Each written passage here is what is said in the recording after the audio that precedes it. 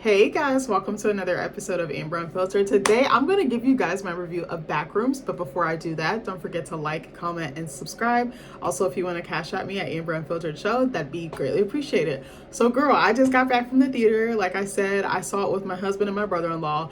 This is actually the first horror movie in like 2 years that my husband has went to see with me. I told you guys he's not a big horror head. He really doesn't like body horror, which I just recently found out. I'm fascinated by the human body and just the limits it can be pushed to. I also feel like it's a great way to place the deeper or more stronger or intense emotions like grief, rage, sadness, and things like that, or melancholy.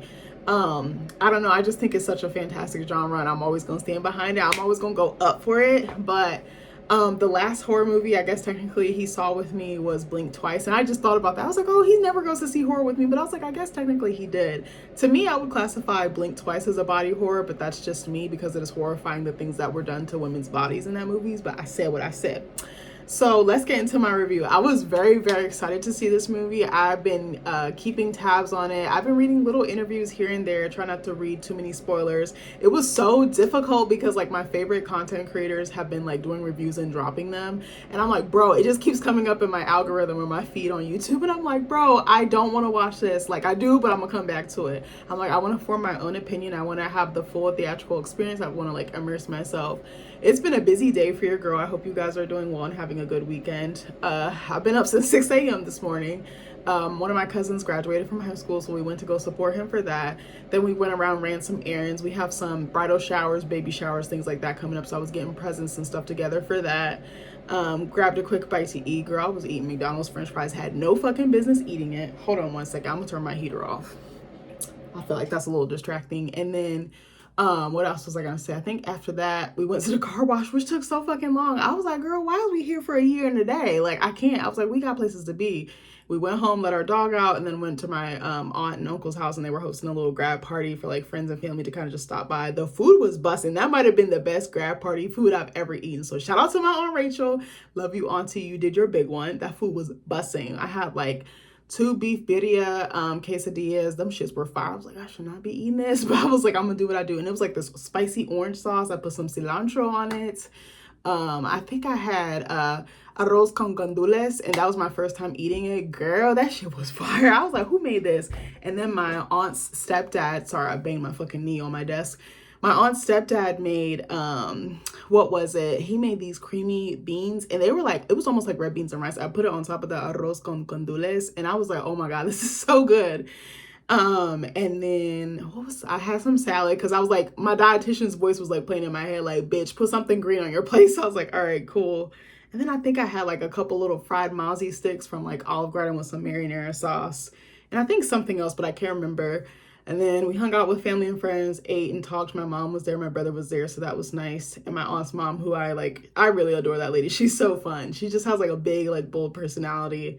And for some reason, she likes me. She like loves me to pieces. So I've only met her like once or twice. And then after that, we went to go see Backrooms.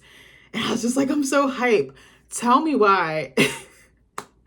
My brother-in-law and my husband were in line getting the snacks, and I had to pee, and like we were pressed for time because we kind of were running a little late from the grad party, even though it was not that far from the theater. But you know, when Black people say goodbye, you just add about 10, 15 minutes because they be trying to talk your ear off, and it's like, but bro, I'm out the door. Like, I'm quick to do an Irish goodbye, which is so bad, but I'd be like, I don't want to say bye because it's always awkward, and then you get trapped talking to somebody.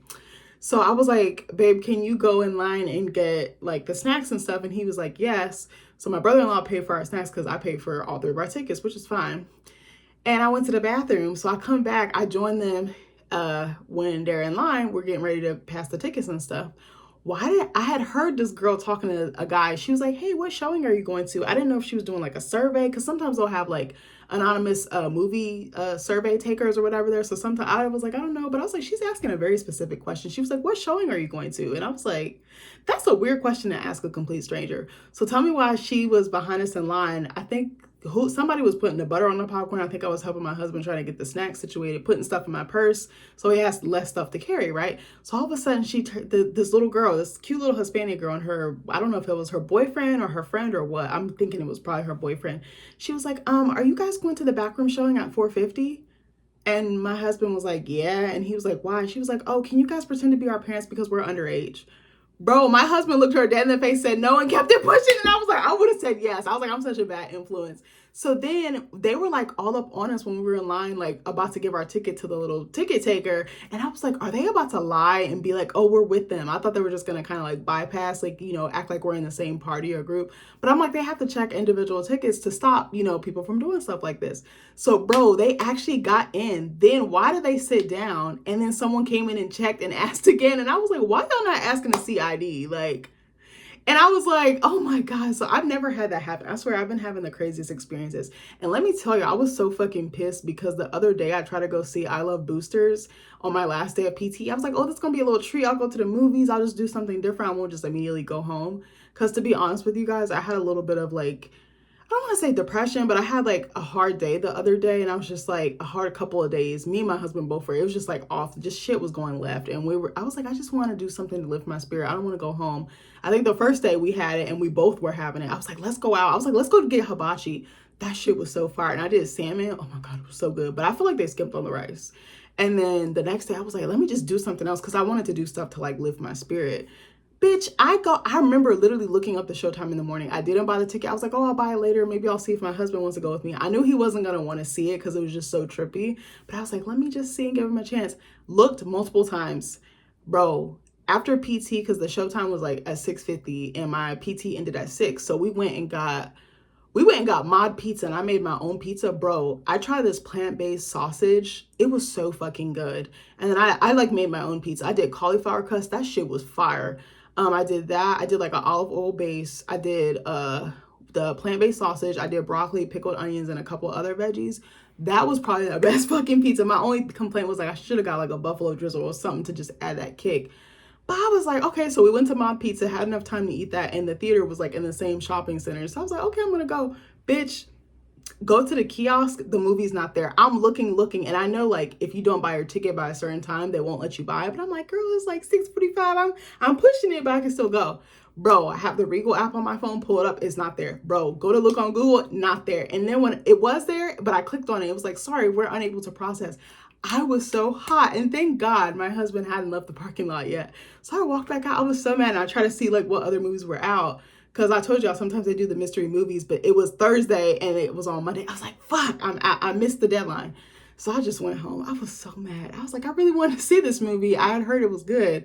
I watched Fish Jelly film review, and I was like, okay, that convinced me to want to go see it. Because I had seen the trailer and I was like, I really liked Sorry to Bother You, which was Boots Riley's directorial debut. It was such a trippy fucking movie, but I felt like his social commentary and his storytelling and like creative just prowess was just so unique to me. So I was like, fuck it, I'll support it. Man, bitch, I couldn't see it. I was like, that's never happened to me. And I'm usually like a smart moviegoer, or I plan ahead, I should say. I'm a planner moviegoer. Like I will buy my ticket ahead of time. But then sometimes I've been impulsive lately and I'm just like, okay, I'm gonna buy it. Fuck it. Like with horror movies. But anyway, so let's get into the movie. I didn't tell you all my business. So this is classified as a sci-fi horror movie. It just came out yesterday. So I was gonna say March, May 29th. This has been a really anticipated release for me. Like I said, I had heard about this movie and I saw the trailer and I just thought it was really interesting. And it has a really good cast. It has Chiwetel Ejiofor, who we all know from all of the movies. Renate Reinsve, I don't know if I said her name correctly. Avon Jogia is in this. I'm trying to remember which character he played. I'm like, bitch, where was he? It has Robert Bob Brokzowski. I think he played the creature in Alien Romulus, if you remember at the end, like was it like the hatchling thing that came out of, was it K? I might be wrong, but y'all remember at the end. Mark Duplass, Finn Bennett, Lukita Maxwell, Philip Granger, and Patrick Bainham. And again, directed by Kane Parsons. This guy's literally 20 years old pushing out content. Like anything is possible, and it's really inspiring to me to see someone like a Curry Barker who started out on YouTube making short films and comedic sketches, directing horror movies. Like that's so fire to me. Kane Parsons started off on Creepypasta, which was like, my husband says like a chat room, and I think you can make stuff and people can like add to it and contribute and just expand worlds. I think that that's amazing. I actually read an interview that King Parsons really didn't watch a lot of movies before he decided to do this. He didn't have any technical training in the sense of like film school or art school, to my knowledge. I could be wrong. But basically, he was, I think someone from A24 or like a big studio took him under their wing, mentored him, gave him tips and pointers, and gave him on the job training. And that's how he like made this movie. Like, I think that's really fucking cool because it goes to show you don't have to have a typical trajectory. You don't always have to know someone. If you just make the content, the story, and the audience will come, and the base will grow with you.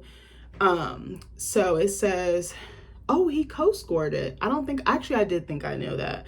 Cinematography was done by Jeremy Cox. It was distributed by A24, and the editor is Greg Eng. What I found interesting was I think I saw James Wan produce this. If we know from like The Conjuring, like Insidious, that universe.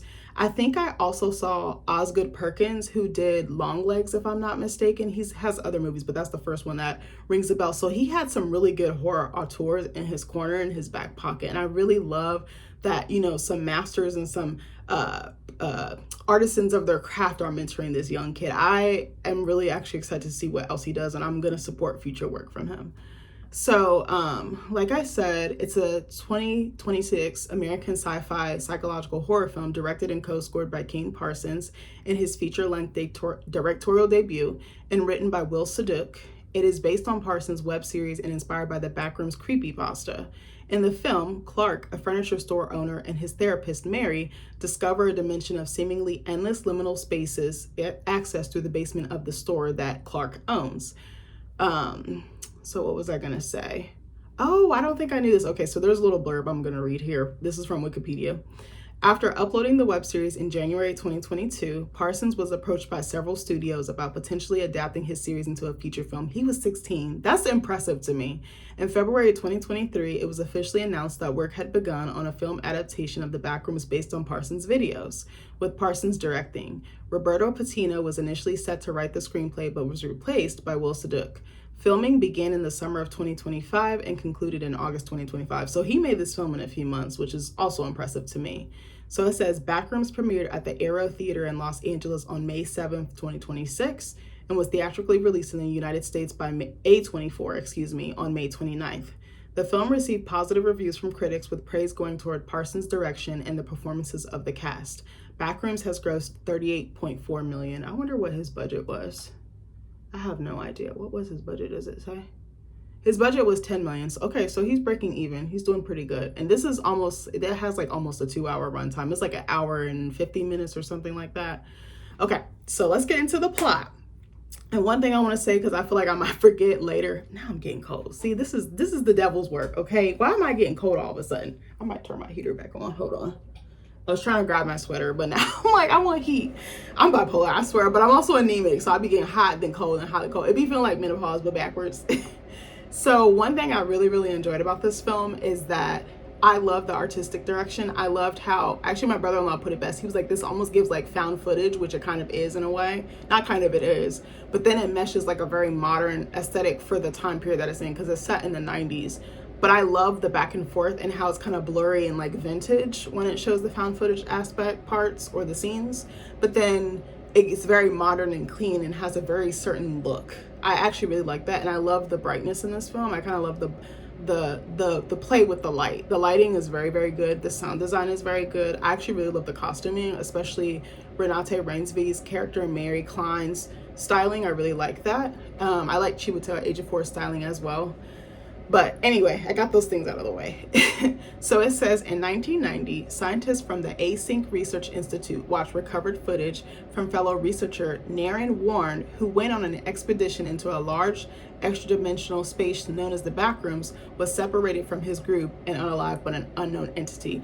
The way the beginning of the movie starts, you're immediately in dreadful territory. You're just like you feel like you can't breathe. I love how I can't explain, like the way he shot it is so beautiful, because it is immediately like that found footage vibe and aesthetic, but it felt very real. It felt very relatable. Like the way the camera is like running and shaking, and just like the fear and this person trying to get out of danger, but really they run into danger's arms, not willingly, but they unfortunately do.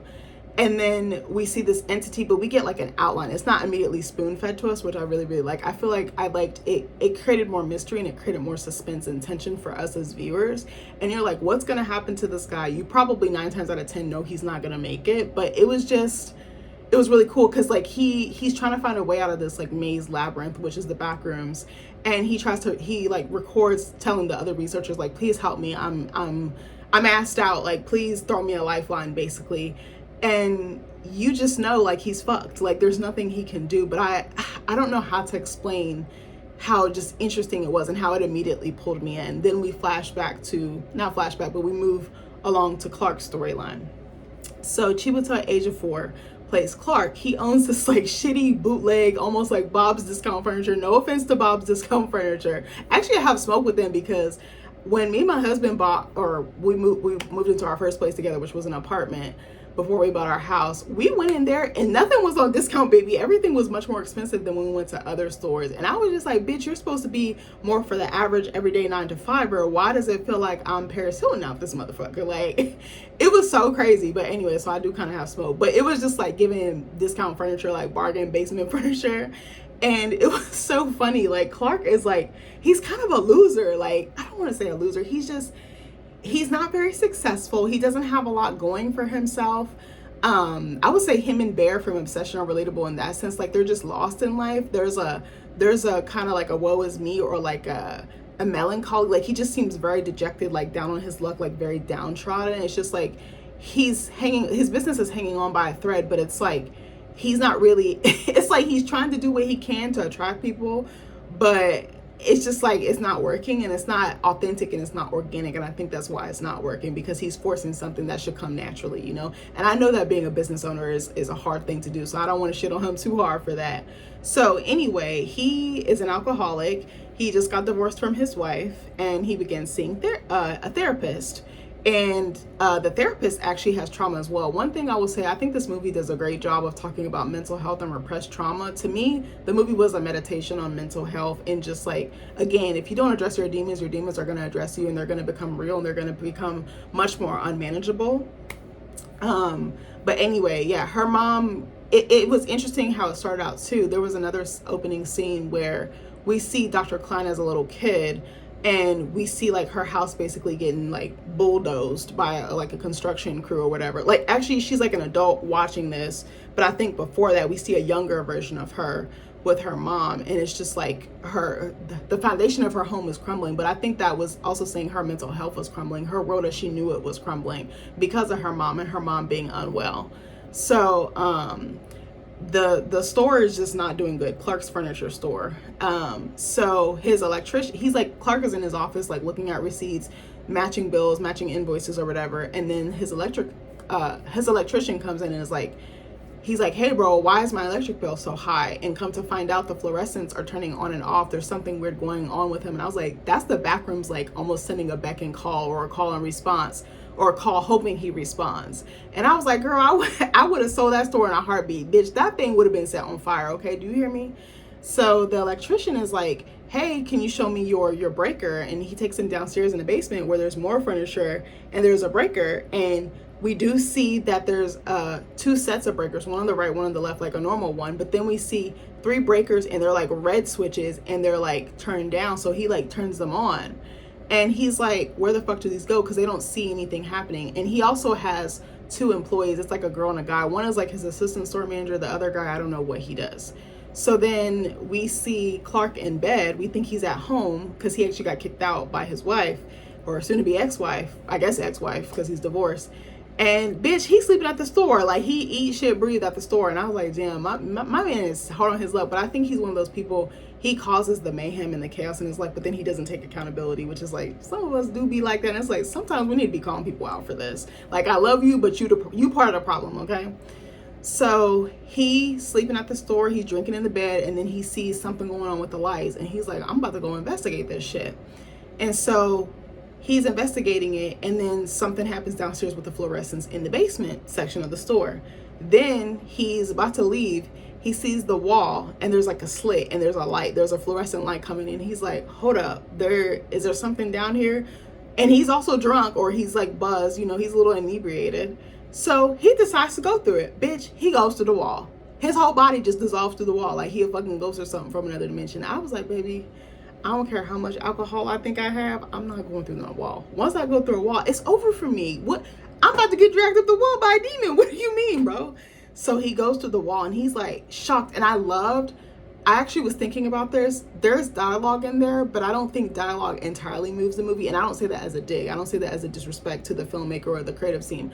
I say that a lot of the facial expressions actually pulled me in as a viewer. Like, I was looking at Chiwetel Ejiofor's face. Something was like, don't listen to what he's saying. Look at what he's not saying with his eyes, with his, like, his facial expressions were so good and so emotionally compelling. I was just like, I felt like I was him, like seeing the terror and seeing his reality through his eyes. Like, oh shit, I just walked through a fucking wall. Like, am I like, did I have too much to drink, or is this really happening in front of me?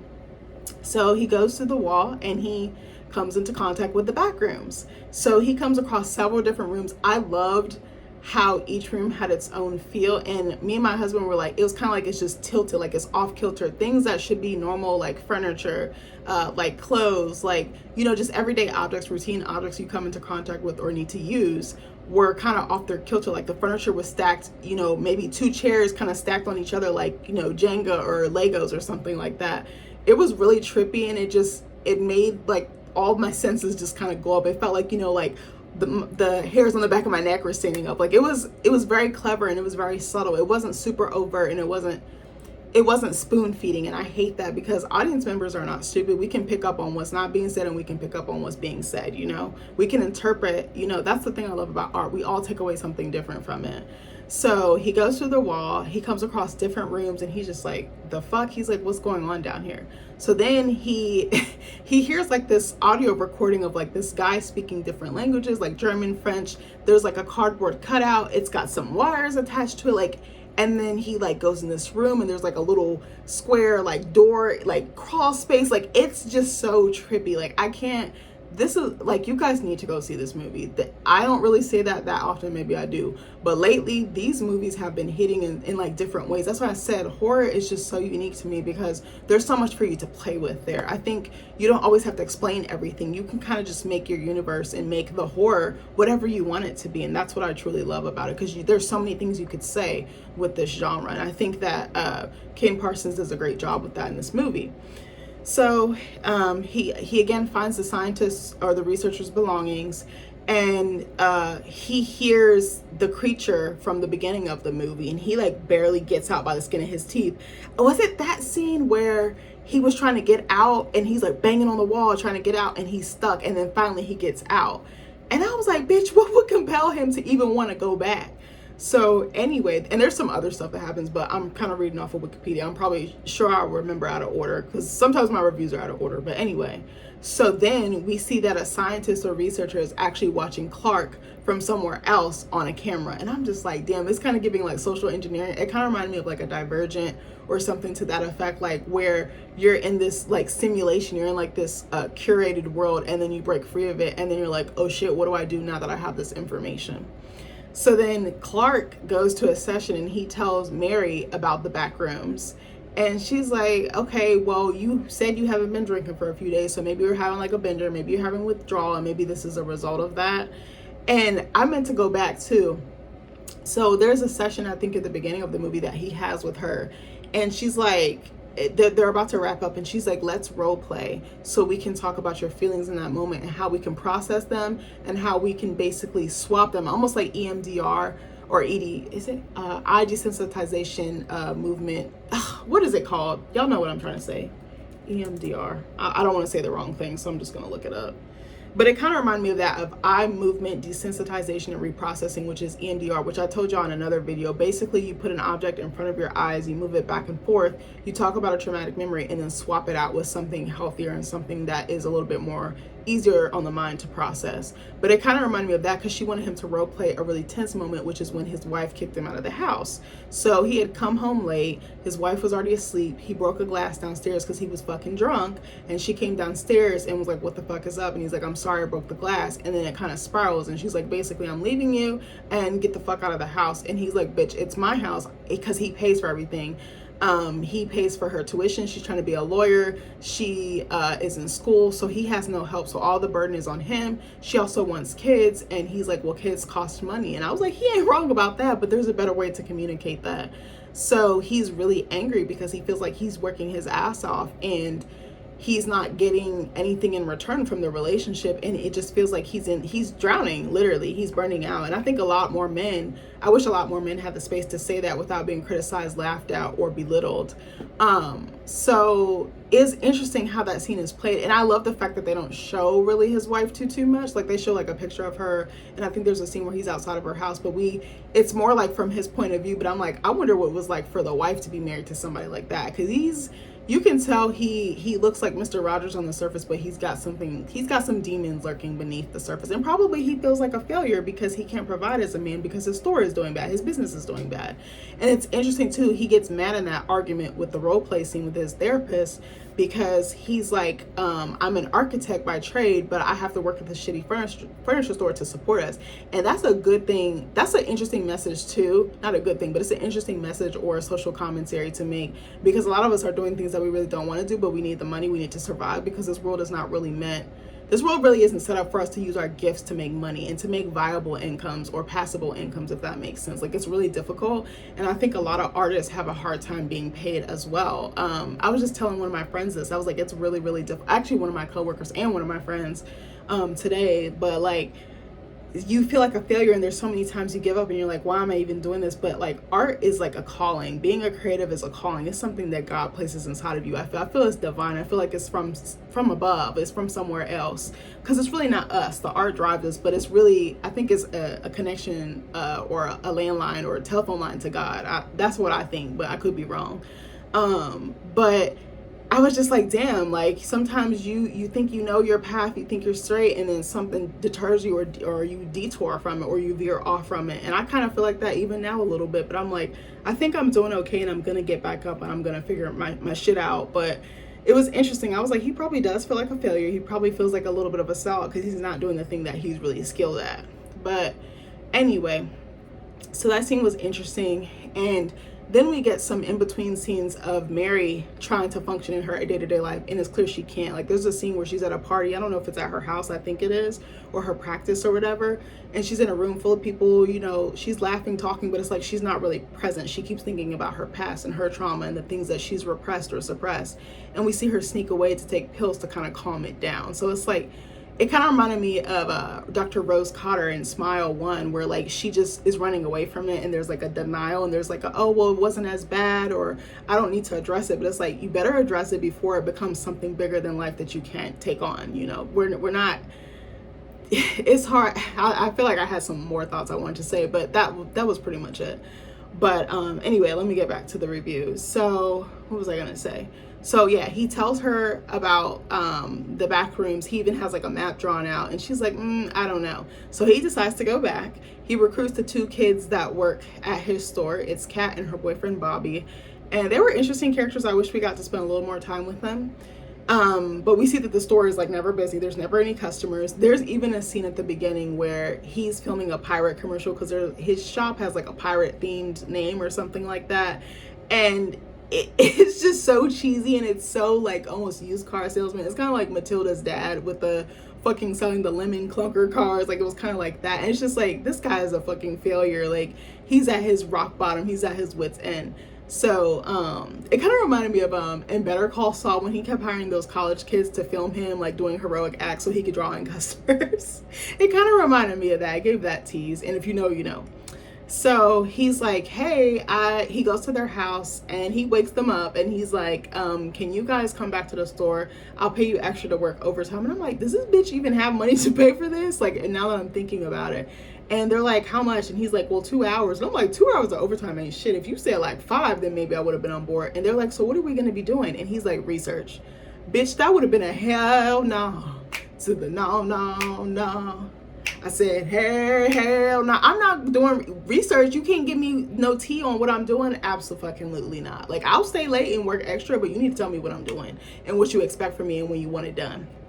So, because he basically wants proof. He wants it recorded, because I don't think he has a camera, but the boyfriend was like renting a camera. So he's like, can you get that same camera? Can you help me out? And I'm just like, I would have said fuck ass no, but that's just me. Hold on one second, y'all. And y'all be proud of me, because I don't really drink sparkling water like that no more. But my husband got me this big ass water bottle, and it's like 74 ounces because my dietitian said I need to drink more water. So I drink this like once or twice a day. And girl, it be saving my life. I be like, not me being a moisturized bitch. Yeah, I literally don't drink soda. I don't drink juice. I don't drink sparkling water like that. If I do, I have a sip. I don't even drink the whole can. But anyway, so he convinces the two kids, like I said, to come down to the basement with him. And he goes to the fucking wall, and they're like, oh shit. And the girlfriend's like, I don't really want to do this. I don't think this is a good idea. And the boyfriend's like, whoa, bro. Like, he's like a frat bro. And I'm like, I'm with the girlfriend. I'm not going down there. This is a really dumb fucking idea. So they enter it. They record it. I think, was the back rooms the same as when he went down there? He said he had been going down there every night and like kind of exploring. And I wish we got to see more of that. But I think it's kind of nice that it's left to the viewer's imagination. I kind of like that he allows us to fill in. The director allows us to fill in the blanks. So... but he's smart. He doesn't ever get caught by the creature to our knowledge. And if he is, then maybe we don't know that. So, they find this like sloped, like, it reminds me of like a laundry chute without the little chute in it. It's just like angled and sloped. And I was like, baby, I'm not going down there. And it's dark and you can't really see anything. So I'm just like, bitch, ain't no way. So he had brought, what's his name? Clark had brought a bag with some supplies. So he had brought this rope, like kind of like hiking rope that you would use to like scale a mountain or something like that. It kind of looked like that. So he brings that and he's like, I'm going to tie this so we can get in and out of here. And keep in mind, I don't think he tells them that the creature is down there, if I remember correctly. So I was like, you're setting these kids up for failure. As soon as I saw that and saw the rope, I was like, bro, the boyfriend is dead. Bobby is dead, bro. I was like, he's like the sacrificial lamb. And I was like, I don't like the fact he didn't give them a choice of if, like, letting them know the information to see if they still wanted to move forward with it. Because then that would have been a different decision. But you know, a different outcome. But it's like, you need to give people a choice before you ask them to do something like that. Especially with something that's so unknown, like the back rooms. So he convinces Bobby to go down there, which doesn't take much because he's like, yeah, bro, I'm ready to explore. And he has the camera. So he ties the rope around him. He goes down there. They're kind of like lowering him down step by step. But then there's some gravity. There's some force. And so he gets down there and he's recording. And it's just piles of fucking clothes. But it looked like that, like my husband said, it looked like there was blood or like some, you know, human substance that didn't look like, you know, something, you know, not bad. And I'm trying to think what human substance will not be bad. I can't even think of one, but you know what I'm saying. So he goes down there and he's like, it's a smell down here. And then there's like a corner that, like a little door, like a little section, and it's dark. And I was like, I think there's something over there, bro. I was like, I can't explain it. So then he's down there and he comes back up. And I think he hears the entity down there and he's like hurrying up. No, did he hear it?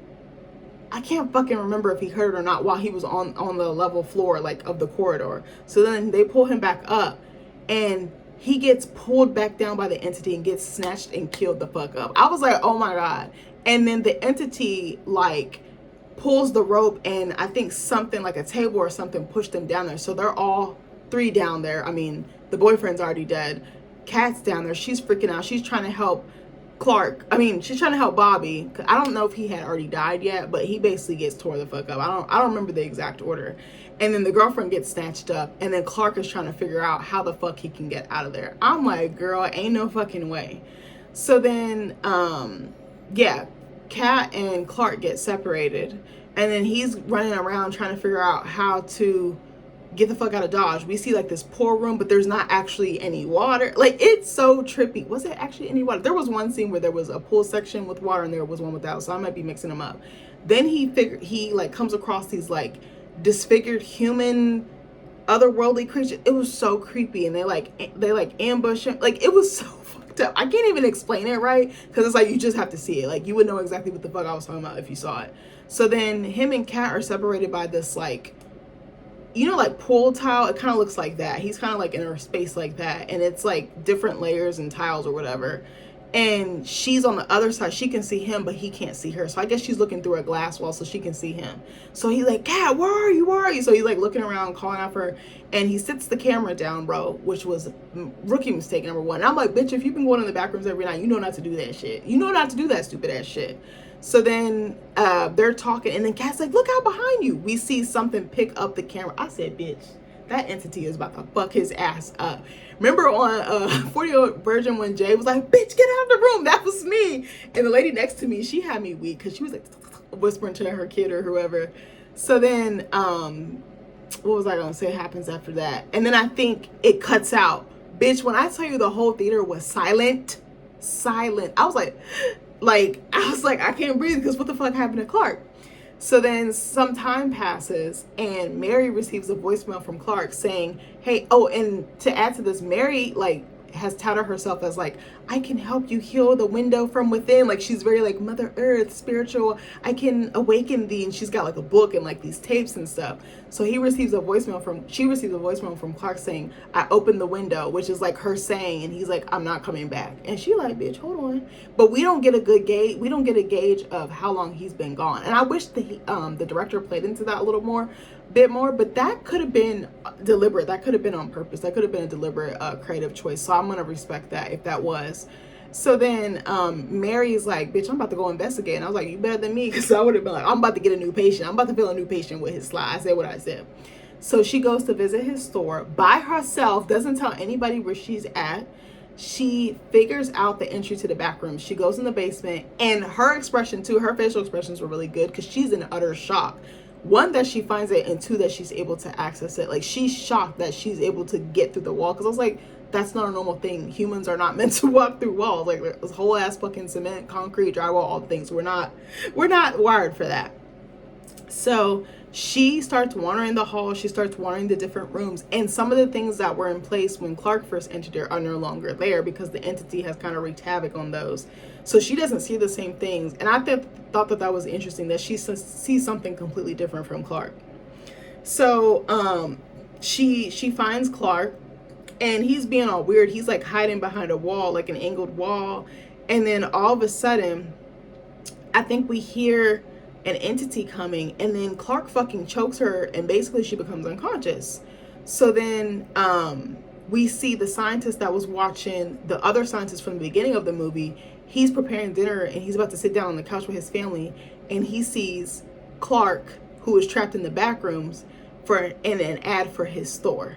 So he knows that this man is trapped in the back rooms, but it looks like he's doing well in life. He's doing fine, and he has a business, and he, so it's like, it's going to look really bad if people go to the store. That would have been interesting too. It's going to look really bad if people go to the store and there ain't no salesman. There's nobody there because it's a fucking haunted house, basically. So then we see, let me move that over. So then we see Mary wakes up, and she's tied up, and they're sitting in one of the back rooms at a table, and there's like these two little creatures that are like humans, but they're like spliced and diced. I don't even know how to fucking explain it, bro. And they have like deformed fingers, deformed hands. It's just so fucking trippy.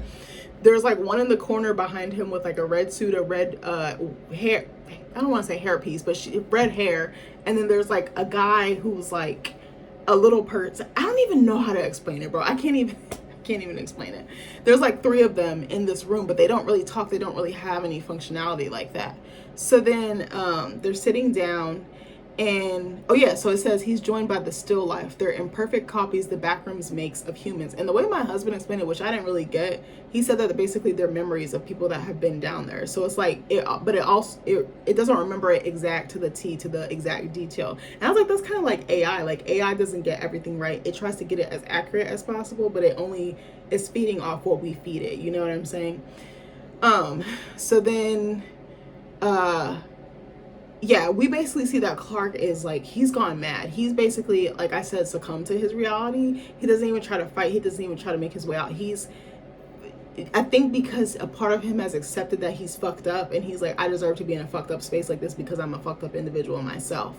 So then he's talking to Mary, his therapist, and he opens the fridge that's in there, and Kat's fucking severed head is in there. And I thought that was fucked up. And Clark is like, I tried to help her, but she wouldn't fucking listen. And it's like, because she's fucking normal, and she told your ass not to go fucking down there, bitch. Like, I said what I said. So then Clark is like, hey, can you still continue therapy for me down here? And it's almost like giving that he's going to keep her trapped down there. Like, there's no way she's going to get out. So remember the role play scene I said from earlier where he was talking about his wife leaving him and kicking him out of the house? he's like, yeah, we're gonna do that again, we're running back. And he was like, tell me that I'm good, don't, because she analyzed him and she was like, you're not right, like it's you need to change, you need to do the inner work. And he's like, bitch, I'm not trying to do that. Sorry, I'm taking my socks off. And he's like, no, tell me I'm right, and she's like basically willing to say whatever she can to get out of there, and she's trying to plead with him to let her go, and he's like, no, you have to do this first. And she immediately tries to satisfy him and give him that instant gratification of like, okay, you're right, Clark, you're right. And he's like, no, bitch, we gotta lead into this. We need the appetizer, I need you to wine and dine me, I need you to bend me over, and then we can get to that part. And I was just like, oh my god.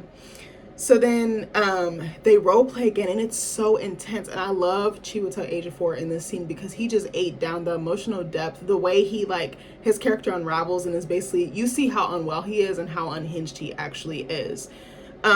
So Mary actually calls him out, and she at first is like going along with it, and then finally she's just like, you're a fucked up person, there's nothing I can really do to help you. And I was like, that's a hard thing to tell your patient as a provider, especially a mental health provider. I was just like, damn. But I was like, somebody needed to tell him because he probably been coddled or enabled this whole time. So, and she's like, basically that's the real reason your wife left you, is because you whine too fucking much and you don't step up and you're not accountable. And I was like, how many of us have one person like that in our lives? Me, bitch.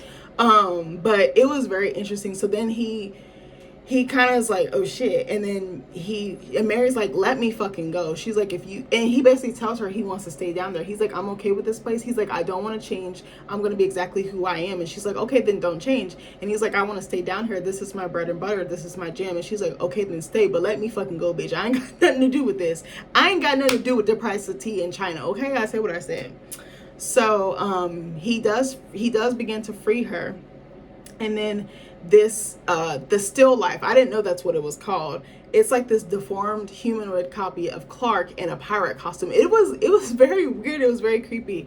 The guy who played, like I said, the hatchling creature from Alien Romulus, who I think Kay was pregnant with, it was like a mix of human and the alien, or the, what the fuck is it called? The xenomorph? I might be getting it wrong. But it was the same guy that played him. It's like this Romanian basketball player who's like 7 feet tall. I don't know if he's really 7 feet, but he looked like he's 7 to 8 feet tall. But he played this character. And I was like, he's perfect. That was whoever thought of casting him as like these unique entities, like that's such a niche market. But like, who says, oh yeah, I get to play creatures in like fucking fantastical horror movies? Like, that's so fire to me. So then the pirate entity actually kills him, because it's like they're connected and they're like almost like symbiotic, and Clark thinks he's in the clear, and the entity just like fucking bites a chunk out of his neck. And I said, good goddamn. So then Mary's like, I gotta get the fuck out of Dodge. And we should have known better, because one of the still lifes actually started running and like trying to crash into the wall. The wall was like angled like this, and she was just stuck, and she was trying to get out before the entity showed up. So it was like she sensed that it was almost like they were interconnected, now that I think about it. So then Clark gets fucked up. Mary starts trying to figure out how to get the fuck out of Dodge, because she's like, what I'm not about to do is willingly die. I said what I said. And I was like, she has that survivor instinct, but I guess because of her childhood, she would have that in her. It's like that fight or flight, and it just instantly was triggered. So she fucking sprains her ankle, you know, the typical white woman move in horror movies. I said what I said. It's giving, what's the thing called, Jason, when he be trying to chase white girls down in the woods and they just trip over a branch and then their life is over. It really gave that. But I was like, okay, she got up. So she finds this room. It's like a copy of the furniture store showroom, and there's all these fucking couches. So I was like, now is not the time to be couch surfing. She has a fucking busted ankle, bro. So she's trying to go. I think one of the couch like ledges, like it like fucking whops her in the stomach. So she's just, homegirl's having a hard time. Okay. So then she somehow gets out. The pirate chases her. She goes into this other room, bro. It was so trippy. She goes into this other room, and it's just like a bunch of fucking rooms, like in like squares, but you can't really get down. There's a set of fucking stairs going up, and there's like a door that's like so small, and it's like at the most weirdest angle. I say angle because I was still worried about her ankle. And she goes in there, and the pirate follows her back into, she goes back into like the front of the store where she originally came in, where Clark and his crew used to be. And I'm thinking she hit that exit while she tried to get out, and it's barred off. She can't get out, and the pirate thing is still trying to kill her. So I'm like, oh my god. So he tries to reach for her. She like stabs it. What does she stab it with? Oh, she has this it's like a cemented like sidewalk, like it's got handprints from when her childhood home, like on the sidewalk. She put it in, like her hand in it. You know how it'll like create like a little like a cast basically. So she uses that to like bop it upside the head and basically beat it up. And which is interesting. It's something from her childhood, which was very traumatic. She kind of uses it to defend herself. That's very interesting now that I think about it. Again, it reminds me of Dr. Rose Cotter in Smile. Like she has to return to self. She has to return to within, and she returns to her home. Yeah, because Dr. Rose Cotter returns to her childhood home, and then that's when the entity really gets her and toys with her head and uses her mom, but then turns into the big Smile entity. Oh my god, I just thought about that. They're really similar now that I think about it. And they look so polished and perfect on the outside. They have all these accolades. They're doing well in life on paper, but the interior is still the same because the trauma has not been resolved. They're too busy resolving everyone else's trauma, but they're not resolving their own. So anyway, the pirate triggers like this gas trap, and it like basically knocks her out. And then this group of scientists, she like runs into this room. It's like these, oh, that was a perfect scene. The pirate thing is still trying to get her after she like smashed it in the eye or the face with the little cement, like the hand cast thing that I said. She slips into these walls. It's so thin. The pirate thing is still trying to get her, and she's just looking at it. She's covered in fucking blood, and she's just like, what the fuck did I witness? She goes into this room. There's all these guys in hazmat suits, and they make sure to take care of the pirate, and then she gets knocked out and she's taken to their headquarters.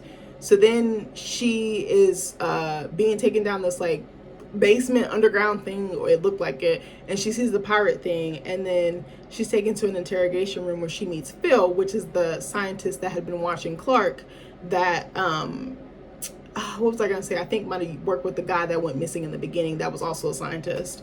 So he's like, it was a company that used to develop MRI machines, and then our mission, our vibe kind of changed because we discovered the backrooms, and we're basically trying to map it out. We're trying to figure out how it works, how it changes, how it eats and breathes, because it's like an ecosystem, and it feeds off of certain things. To me, it feeds off of trauma. That's what I think. I could be wrong.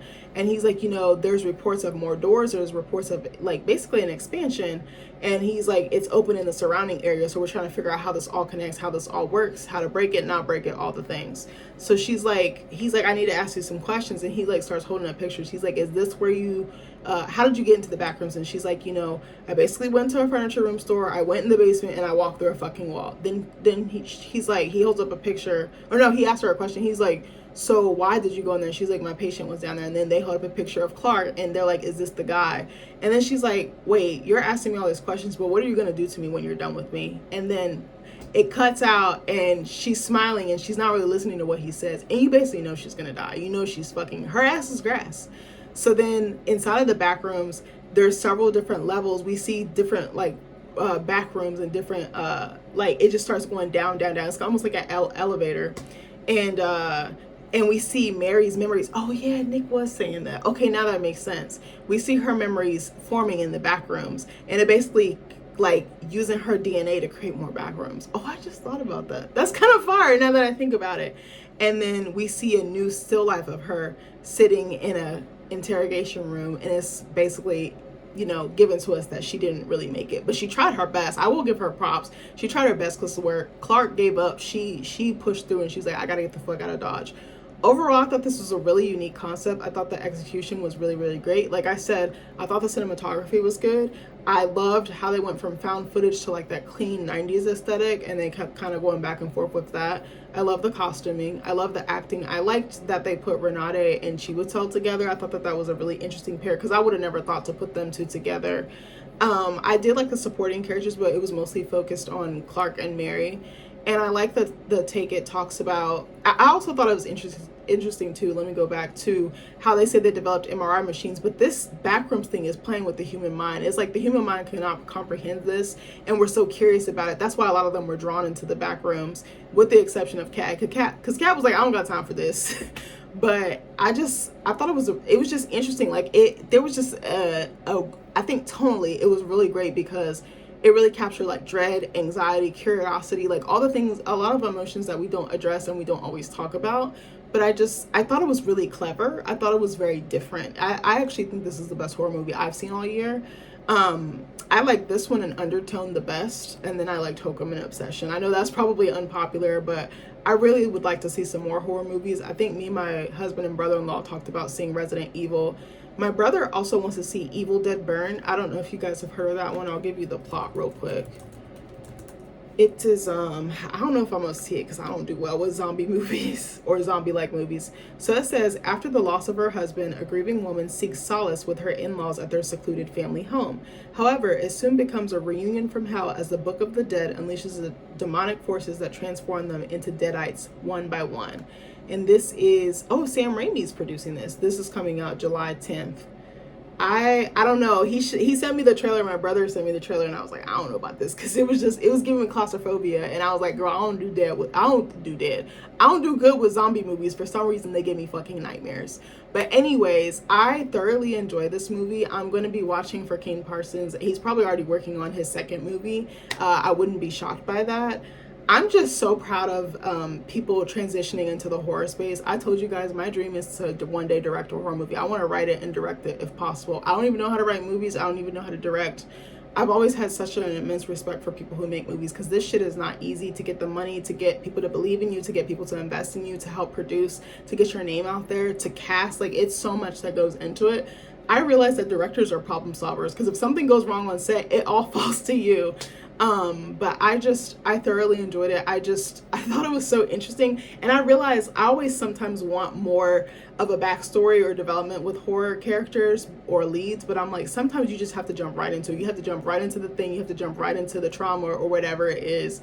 But I thoroughly enjoy this. I have my mouth hanging open during some parts. It kept my eyes glued to the screen. It was probably one of the best things I've watched this year. I can't wait to see what else comes out this year. There's a couple movies I'm really excited to see. I really want to see Dune 3. There's another movie. My brother sent me this trailer for this animated movie. Hold on. It was kind of like, I think it was the team from Coraline. Hold on. Team from Coraline. I can't remember the name of it. It looked like it was a foreign film. Wildwood. That's what it was. The film follows Prue McKeel as she journeys into a magical forest to rescue her kidnapped brother. This is supposed to come out October 23rd. Leica, I think, is the production company or the studio that's going to be releasing it. But I think it's stop motion. Yeah, stop motion. And it looked really fucking good. I was like, I'm just going to see different movies. I challenge you guys to see movies you wouldn't normally look at. If a movie is good, I'll watch it. Like, I really don't care about genre. I don't care about, oh, I can only watch this director. I can only watch this actress. If it's a good fucking movie, it's a good fucking movie. But I really appreciated this movie. It was just something fun to do on a Saturday afternoon, Saturday night. Me and my brother-in-law and my husband had a discussion afterwards outside, and it was just gorgeous weather. It was so fun. It was just like something fun to look forward to for the whole week, because I was like, I literally had been counting on the calendar. I was like, okay, Backrooms comes out in 1 month. Backrooms comes out in 2 weeks. Backrooms comes out in 1 week. It comes out in 2 days. Like, I was so fucking excited. I was just like, cinema is just, it's such a beautiful thing, and we don't deserve people who make movies. I'm sorry, we don't. Like, they give us their everything, and how hard these guys work. Like, I just appreciate it, and I'm looking forward to supporting more artists. I'm looking forward to supporting more actors, more actresses, more directors, more writers. Like, please come out the woodworks. We need these stories, and people want to feel relief and we want to feel escape. So please keep doing your big one, because there are people who will support you. You can get asses in seats, and you can make a living off of this, to any creative that's out there. But anyways, I hope you guys enjoy my review. I love you, and I'll see you later. Bye.